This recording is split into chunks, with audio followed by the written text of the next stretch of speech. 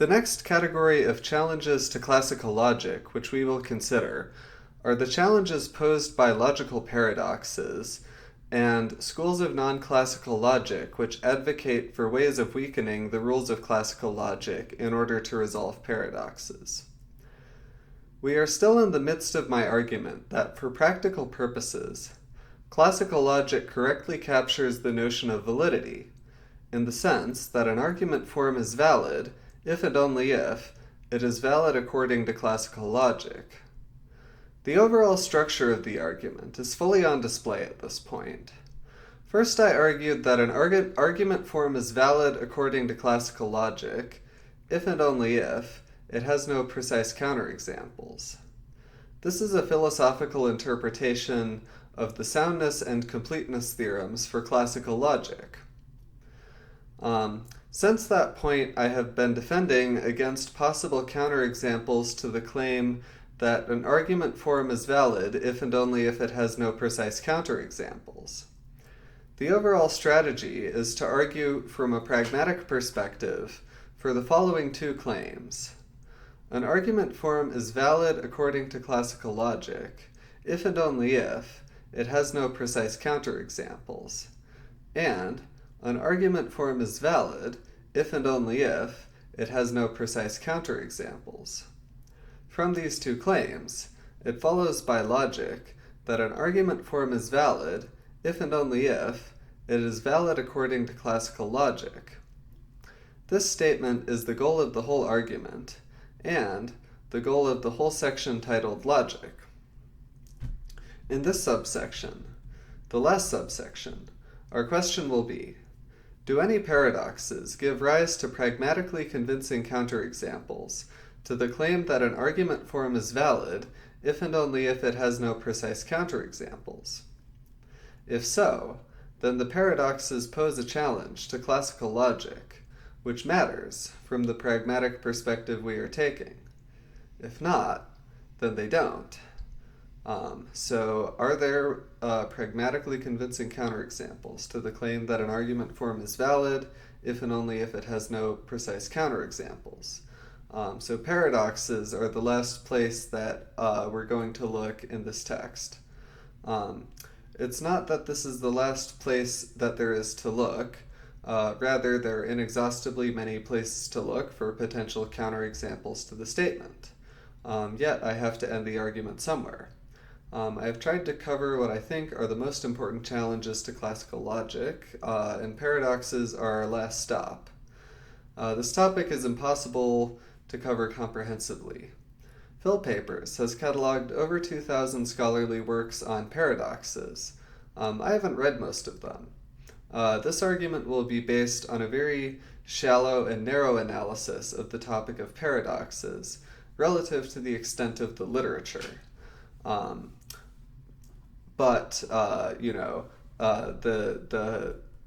goal is that the method can be applied to any paradoxes, right? And, innovation might be required to do that, right? Will be required to do that. But the hope is to sketch a winning strategy for solving all of these paradoxes. So let's collect together some paradoxes to work with. In this section, I will analyze the following paradoxes. Russell's paradox, the liar paradox, and a paradox of relevance. So Russell's paradox, let me review that. Let R be the set of all sets which do not contain themselves. In other words, R is the set of all objects X such that X is a set and not X in X. If there is such a set R, then in classical logic contradiction ensues from the observation that that R is in R if and only if R is not in R. Okay, so the liar paradox, let me summarize that in review. Let L be the statement L is false. If there is such a statement L, which is the statement that it itself is false, then in classical logic contradiction ensues from the observation that L is true if and only if L is false. Okay, and now our paradox of relevance. This is new.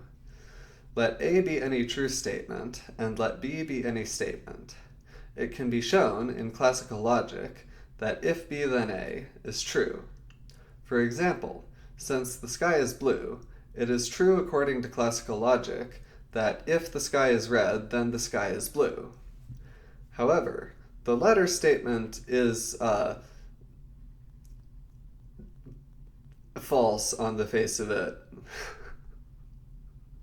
Okay, so the goal of this section is to provide a pragmatically satisfying resolution to these three paradoxes. This is a very minimal list of paradoxes. Russell's paradox and the liar paradox are representative examples of the most pressing category of logical paradox. These are paradoxes which allow us to prove anything on the basis of the rules of classical logic and elementary plausible assumptions. I have also chosen one example of a paradox of relevance. This is another type of paradox which I've plucked out of the large field of relevance logic, which studies logics intended to correctly capture the notion of relevance. By solving these three paradoxes, I will illustrate methods which can be applied to solve not all paradoxes, but all paradoxes I'm aware of that are paradoxical in virtue of resulting in logical contradictions. Russell's paradox made a big splash in the development of mathematical logic and the foundations of math. Consideration of this paradox was probably the most pivotal process in the development of those disciplines. Let me explain the history. In my awareness, Aristotle was the first to formulate a useful system of rules of logic. Aristotle's logic allowed for the classification of certain simple arguments as valid or invalid. However, Aristotle's logic did not obtain to anything resembling the generality of first-order logic. First-order logic can be used to analyze the validity of essentially any precisely formulated argument. And that's not true of Aristotle's logic, not even remotely. The next development I'll mention is George Boole's discovery or invention of so-called Boolean logic. This forms most of the basis for the biggest practical application of logic, which is in the design and programming of computers. The next development I'll mention is the development of predicate logic. Predicate logic is a category of logics which includes first-order logic.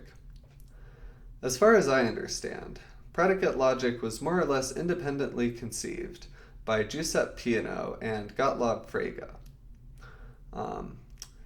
And the discovery/invention of predicate logic occurred in the late 1800s and early 1900s in a flurry of seminal research, which is, without a doubt in my mind, the most important period so far in the history of logic.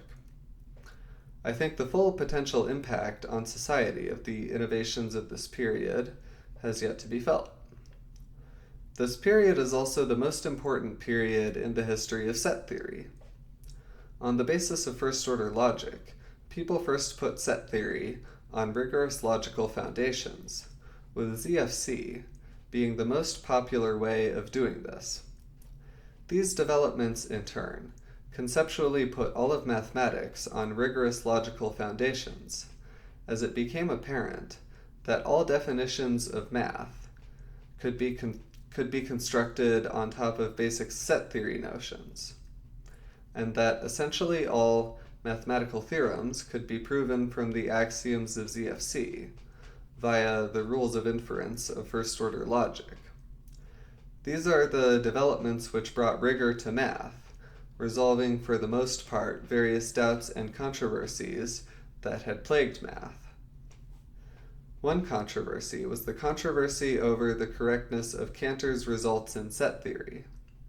Another historical controversy in math was the controversy regarding Grandy's series, which is the series, I think it's 1 minus 1, plus 1, minus 1, plus 1, and so on to infinity, right? And there was controversy over what it sums to. There were also various doubts and controversies surrounding calculus until it was put on rigorous foundations.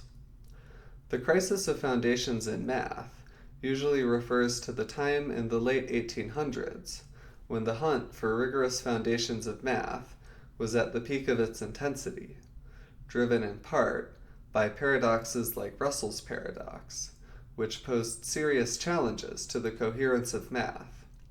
This crisis of foundations is usually seen as having settled down after rigorous foundations of math were obtained. And the foundations were studied in sufficient depth that people became satisfied that the foundations were coherent and unlikely to contain hidden contradictions, and that they sufficed for reconstructing math.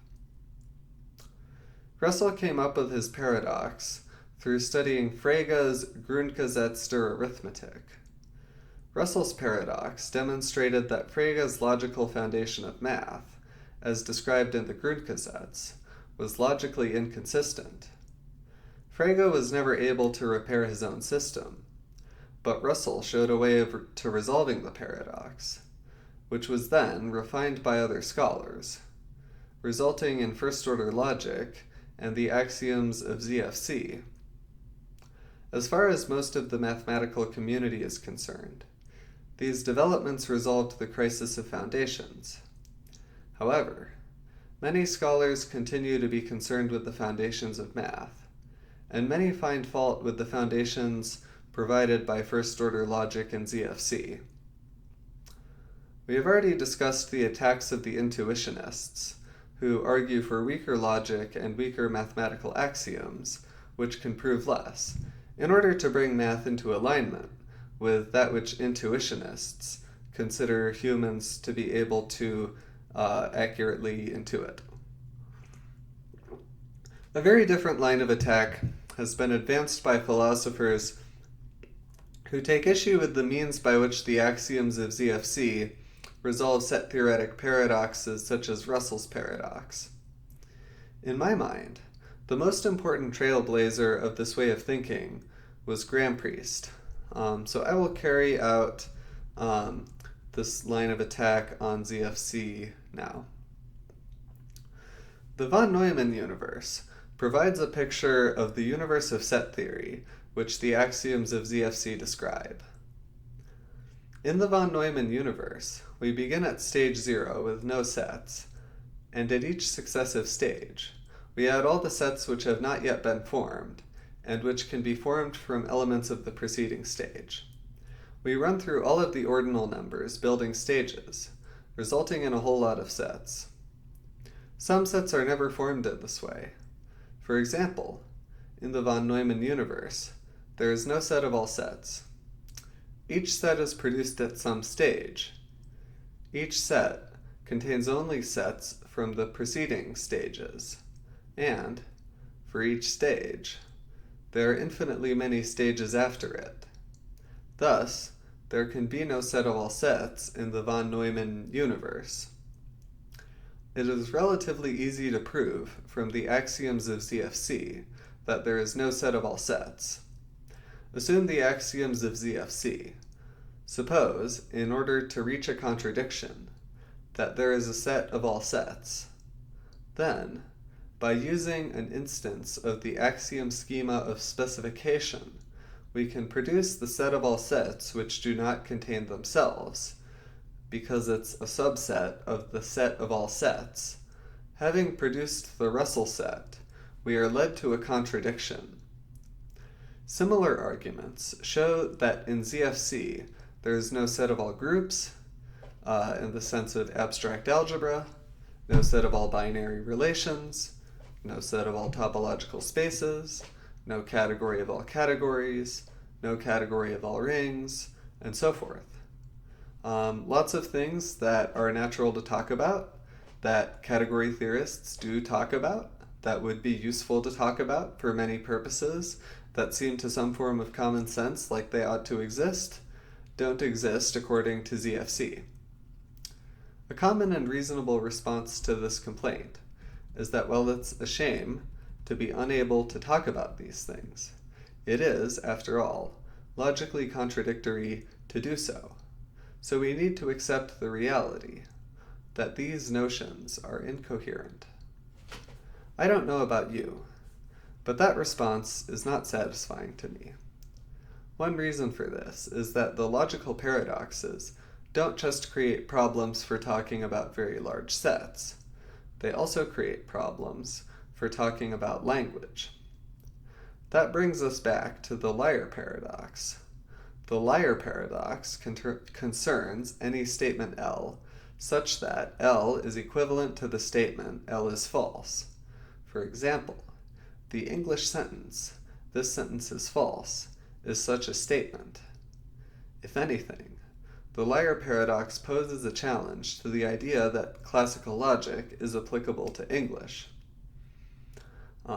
Statements can be formulated in English which, by the rules of classical logic, make it possible to formulate statements which are true if and only if they are false, which by classical logic allows us to infer any statement. Can we then, with justification, employ the rules of classical logic in debates conducted in English? I think so, generally speaking, but the attack remains to be defended against. Let's turn to the problem of defending against the attack on classical logic and ZFC, which I have just carried out. My defense will grant, for the sake of argument, the following premises of the argument. 1. It is unintuitive to disallow talk about the set of all sets and such objects. It is desirable to have a way to coherently discuss these sets. 2. It is desirable to be able to apply classical logic to English without worrying about incoherence resulting from paradoxes such as the liar paradox. The defense will demonstrate a way to be able to coherently discuss the set of all sets and such objects, and a way to apply classical logic to English without worrying about incoherence from the liar paradox and such paradoxes. The standard of success is pragmatic adequacy. The solutions I come up with should be, ideally, suitable for whatever useful purposes people are going to put them to. There is no higher standard of theoretical perfection, e.g. perfect precision, perfect well-definedness, that I am trying to reach. The standard of success is pragmatic adequacy. Along the way, I will review, to a shallow extent, the literature on the other approaches that have been developed and which I am not taking. This will help me to make my case for the approach I am taking. I'm going to start with the Russell paradox. It will be useful for the structure of my argument to look at the Russell paradox before then, and in much more detail than, the liar paradox, because set theory is a much clearer, sharper context within which to examine the essential underlying problem behind both of these paradoxes. It is also, by far, the context with which I am more familiar. The solution I arrive at for the Russell paradox will carry over more or less identically to the liar paradox, and, as I said before, to every other logical paradox I'm aware of. Let's study a little more formally how the Russell paradox arises. The Russell paradox arises in the context of so-called naive set theory. In one sense, naive set theory refers to set theory as it was practiced before the rigorous formalization of set theory, and to modern equivalents. In another more specific sense, naive set theory can refer to set theory based on a specific logic and set of axioms, in which any describable set can be formed, and therefore the Russell paradox arises. I'll present an axiomatization of naive set theory in this latter sense. This axiomatization is a standard prototypical axiomatization of naive set theory. It is said in classical first-order logic, in the same vocabulary as ZFC, containing two copulas, in and equals. The axiom of extensionality states that if two sets have the same elements, then they are equal, and conversely. You can't have two distinct sets with exactly the same elements. So here's a statement of the axiom of extensionality. For all x and y, it is true that for all z, z is in x, if and only if z is in y, is true if and only if x equals y.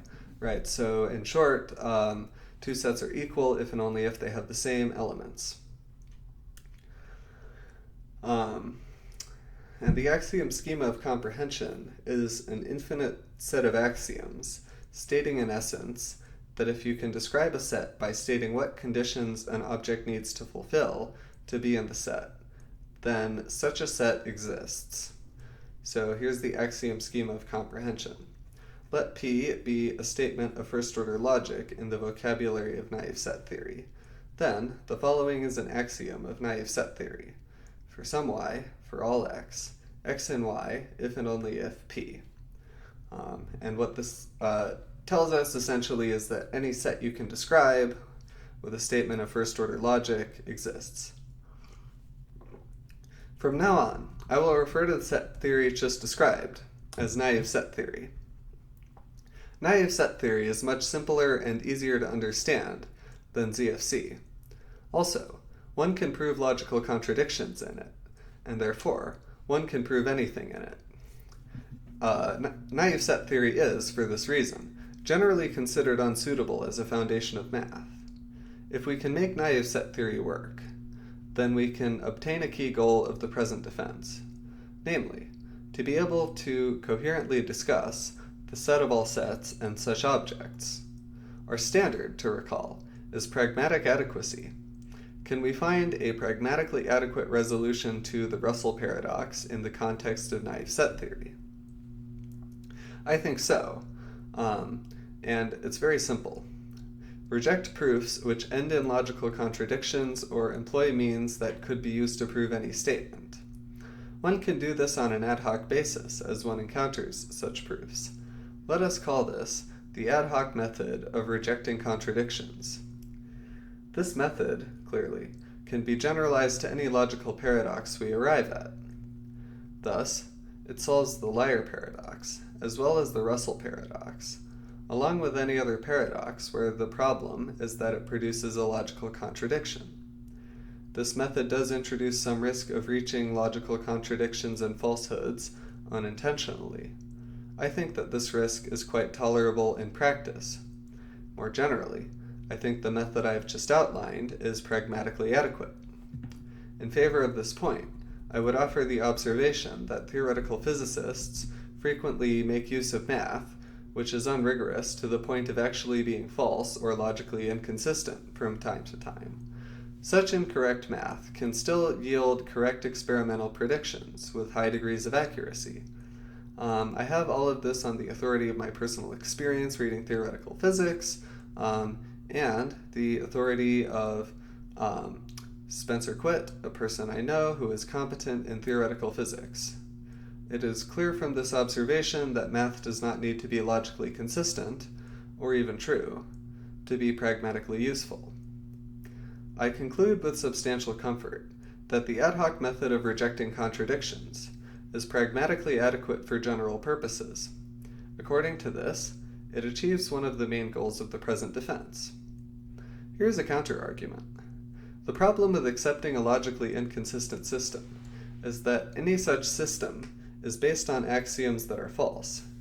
It is impossible to derive a falsehood from truth by the rules of classical logic, and so from the fact that contradictions are provable in naive set theory, we can infer that some of the axioms of naive set theory are false. But if you let any atom of falsehood into the system, it infects the whole system, as classical logic tells us, by allowing us to infer anything from a contradiction. The consequences of the falsehood inherent in naive set theory are ultimately unpredictable. We never know how the falsehood might manifest and lead us into error in complex mathematical situation. The consequences of this for practical purposes could potentially be disastrous, so there's the counterargument. And I do agree that the risk the counterargument points to exists. I simply consider the risk adequately small for practical purposes. In practice, it seems to be the case that most of the time that higher math users, e.g. physicists, rely on intuitions to move from conclusion to conclusion, and those intuitions have a higher degree of reliability. They have a degree of reliability which does not require verification by validation in a formal system. So physicists can pass through false statements on their way to conclusions that are perfectly good and reliable. Doing so may even be better in some cases, because it may simplify their work. Who are philosophers to tell physicists, or anybody more generally, how to play the games they play to do their jobs? Such philosophical criticism of the methods of physicists could credibly come from physicist philosophers, but they would need to persuade other physicists by the standards of physicists.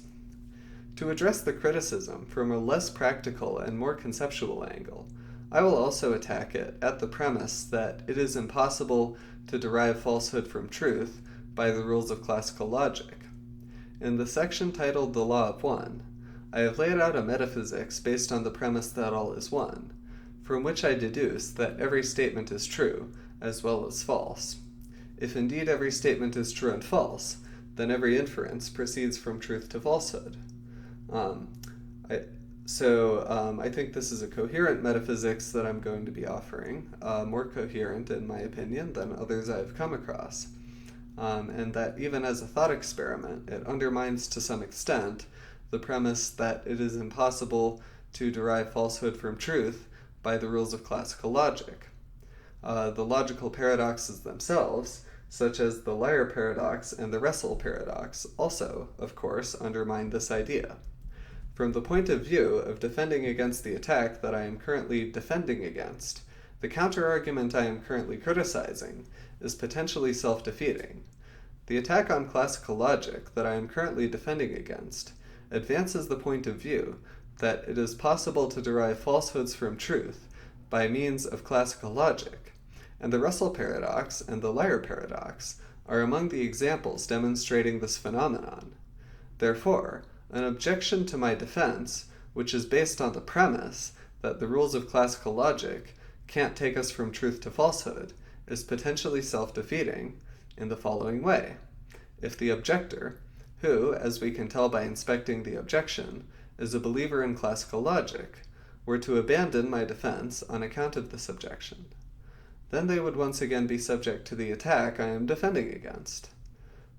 This is fine, as long as the objector has their own defense against the attack, which meets their own standards.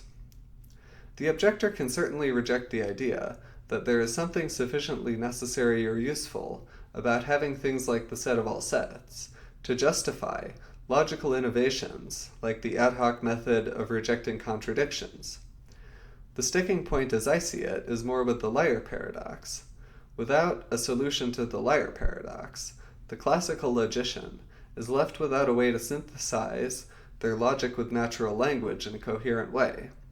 I claim that the text of winning arguments, including the present defense of classical logic and the ad hoc method of rejecting contradictions, taken all together, provide a coherent way to synthesize classical logic with natural language.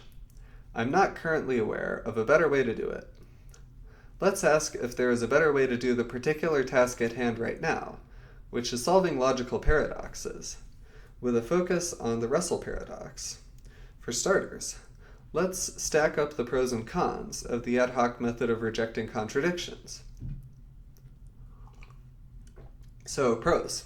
It's easy to understand. It's easy to practice. It's adequate for general purposes. It's part of a relatively coherent synthesis of classical logic with natural language. So what are the cons of the ad hoc method of rejecting contradictions? It's not perfect. It's not based on exceptionless rules that are always correct. It is open to interpretation, and therefore there's greater opportunity for disagreement to arise about how to apply it, and it could lead one into falsehood, perhaps with bad consequences. So let's now survey the landscape of approaches to logical paradoxes that compete with this text's approaches, and stack up their pros and cons as well. And we will do this primarily from the pragmatic perspective, which is the modus operandi of this text. So all competing approaches that I'm aware of for solving logical paradoxes are based on weakening the systems of rules that give rise to the paradoxes. For example, to solve the liar paradox, one can propose weakening the rules of logic, or weakening the self-referential capabilities of language. It's not obvious to me how the latter approach can make sense for natural language, since natural language is not based on formal rules or centralized authority. The competing solutions to the liar paradox that I'm aware of all ride on weakening the rules of logic.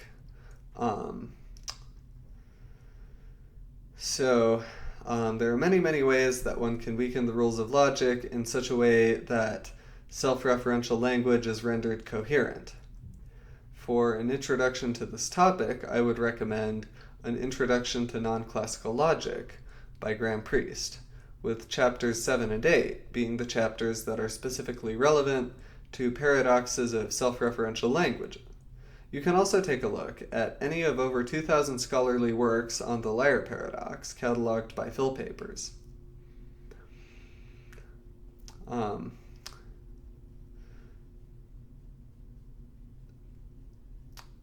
So the real challenge here is not to find ways of weakening the rules of logic that render self-referential language coherent. The challenge is to make such a revision of the rules of logic coherent with the rest of the structure of Western academic thought. As far as I'm aware, nobody has made this work. My opinion is that nobody is going to make it work. I say this as somebody who tried to make this work and worked on it with some of the top academics working on the problem. I did some research that tried to advance the perspective that weakening the rules of logic is not ultimately a workable and satisfactory way to resolve logical paradoxes. I did this research in the context of set theory and the Russell paradox. I wrote a paper giving a general meta-theory of logic, describing and proving properties of a wide class of systems of logic, certainly not inclusive of all systems of logic that have been advanced as possible ways of solving the logical paradoxes. I wrote a paper stating a mathematical conjecture to the effect that none of these systems would form a basis for naive set theory in which one could do math.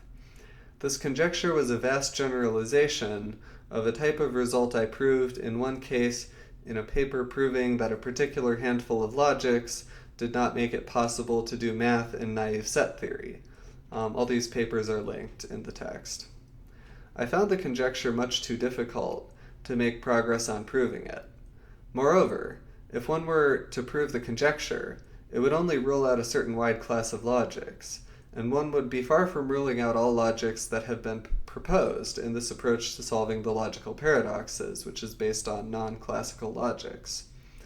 I therefore gave up on the idea of furnishing mathematical proof of the claim that no way of weakening the rules of logic would make naive set theory a suitable foundation of math.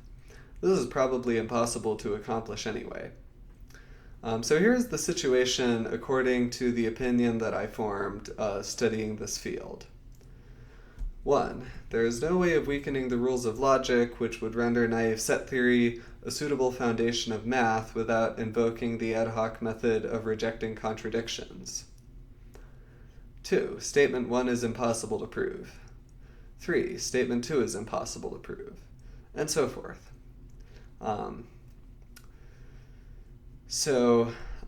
This being how I view the situation, I don't expect to be able to resolve the debate about whether weakening the rules of classical logic is a viable approach to solving the paradoxes. One who does wish to stick to the approach of weakening the rules of logic, and who accepts statement 1 can still exclude the paradoxes of naive set theory from consideration as ones that need to be solved. For instance, maybe their only goal is to solve the paradoxes of self-referential language. I don't know how many find this way of thinking satisfying. To me, it seems like a solution to the logical paradoxes should solve all of the logical paradoxes. No approach to paradoxes based on weakening logic can accurately claim to solve all the logical paradoxes, as far as I'm aware. So one can disagree with my opinion that we should not be satisfied with a solution to logical paradoxes that only works for some logical paradoxes and not others. In general, one can disagree with my overall assessment on approaches to paradoxes based on weakening logic in a whole variety of ways. The philosophical debate will go on. I don't claim the ability to resolve it. For the present practical purposes, we are just looking for a resolution to the debate about logic that is satisfactory in the sense that we can be confident it is practically adequate, and that we are not likely to find solutions that are, practically speaking, better than the one I've put forth. I have already argued that classical logic with the ad hoc method of rejecting contradictions is practically adequate, right, on the basis of, pointing out, physicists use math that's false and contradictory sometimes, right? You can get work done that way, I'm gonna flesh out this answer more in later sections. I think it's going to be easy in practice to isolate the contradictions, right? You won't have to think about it. It just works. But the question remains: are we unlikely to find solutions that are, practically speaking, better? So the main way that the ad hoc method of rejecting contradictions could be improved is if it were replaced with a more certain method. I think that applying the ad hoc method of rejecting contradictions in challenging situations will lead to development of generalizable principles and rules of thumb for practicing this discipline. In this sense, the ad hoc method of rejecting contradictions is open to improvement and has the possibility of improvement built in. I'm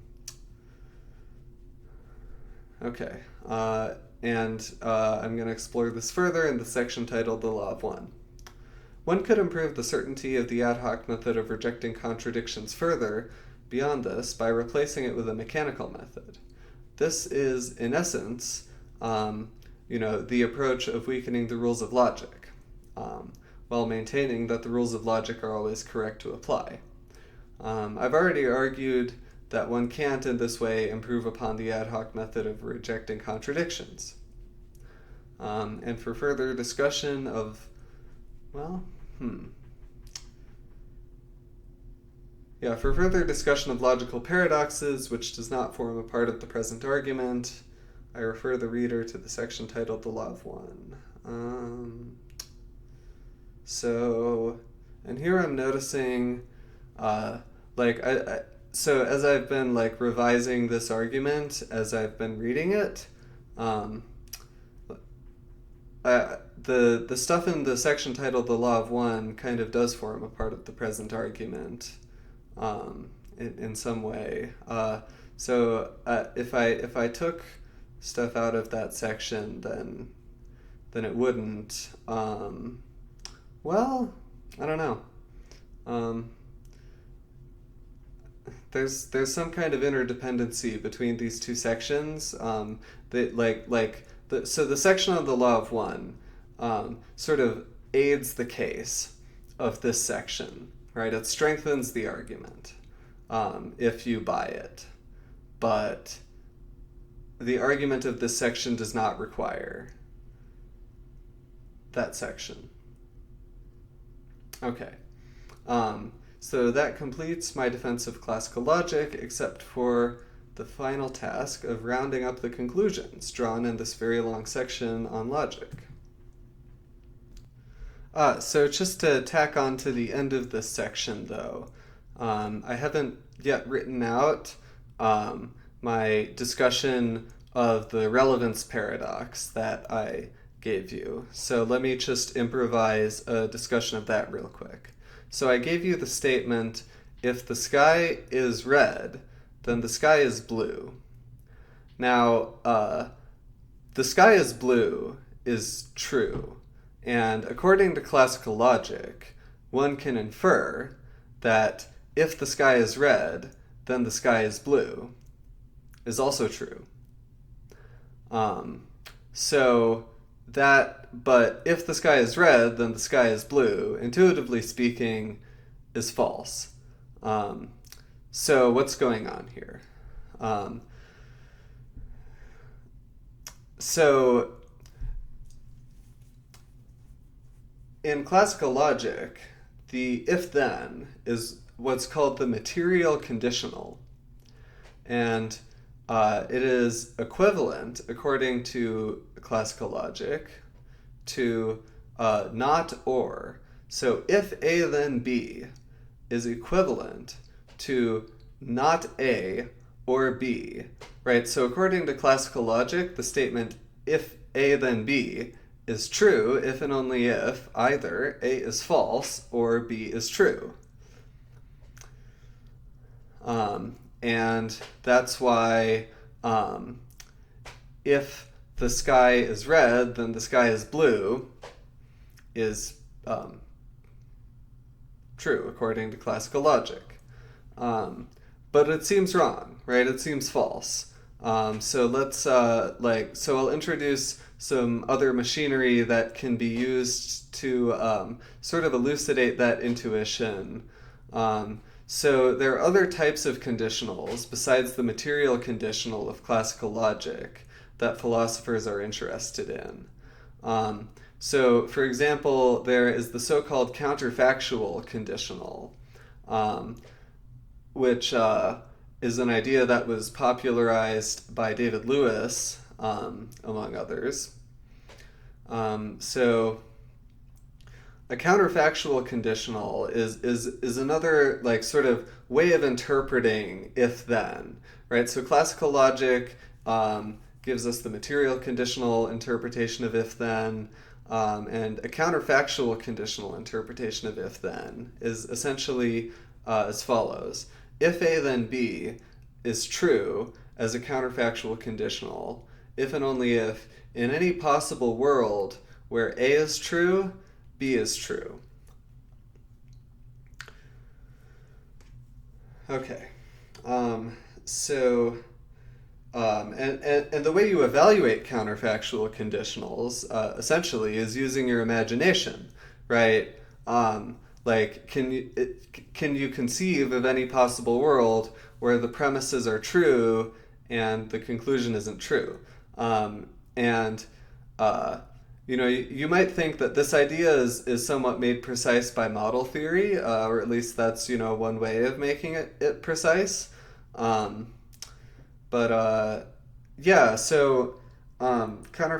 conditionals, so as a counterfactual conditional, if the sky is red, then the sky is blue, is stating that in any possible world where the sky is red, the sky is blue, right? And that's out and out false, right? That's completely not the case. And so as a counterfactual conditional, if the sky is red, then the sky is blue, is false. Now the material conditional doesn't understand this like sort of counterfactual nature that counterfactual conditionals have, right? The material conditional and classical logic, right, are only concerned with one reality, which is reality, right? Classical logic says, a statement is true or a statement is false, right? It doesn't have the notion of, for example, statements that were true and will not be true, right? It doesn't have time built into it, and it doesn't have possible worlds built into it, right? You can develop like formal theories of like time and possible worlds and so forth within the context of first order logic, but just a bare first order logic statement is right, timeless, eternal. It just is, right? And so right, if you tell first order logic the sky is blue, right? It first order logic is just like, well, damn, the sky is blue, right? And it doesn't have this idea that, like, if you encountered more information, it might stop being true, right? That's not built into first order logic, right? You have to tell it that, by, like, giving it new premises when your information changes, or, like, you can use, other cognitive tools such as counterfactual conditionals, other philosophical tools, if they work better for what you're trying to do. Um, so, like, in most conversational contexts, right? If I said a statement like, "If the sky is red, then the sky is blue," people would say that's silly, right? That's an unwarranted statement, and and so you might think, well, this is a limitation on classical logic's ability to capture the notion of warrant, and yeah, it is, and so if you really need for some reason to formally model the notion of, like, that conditional statements that are irrelevant, like the one we've been discussing, are wrong, right? If you need, like, a formal way of ruling them out, you can take a look at the field of relevance logic. Anderson and Belknap have done some good work in this field, for example. They have a big tome. Yeah.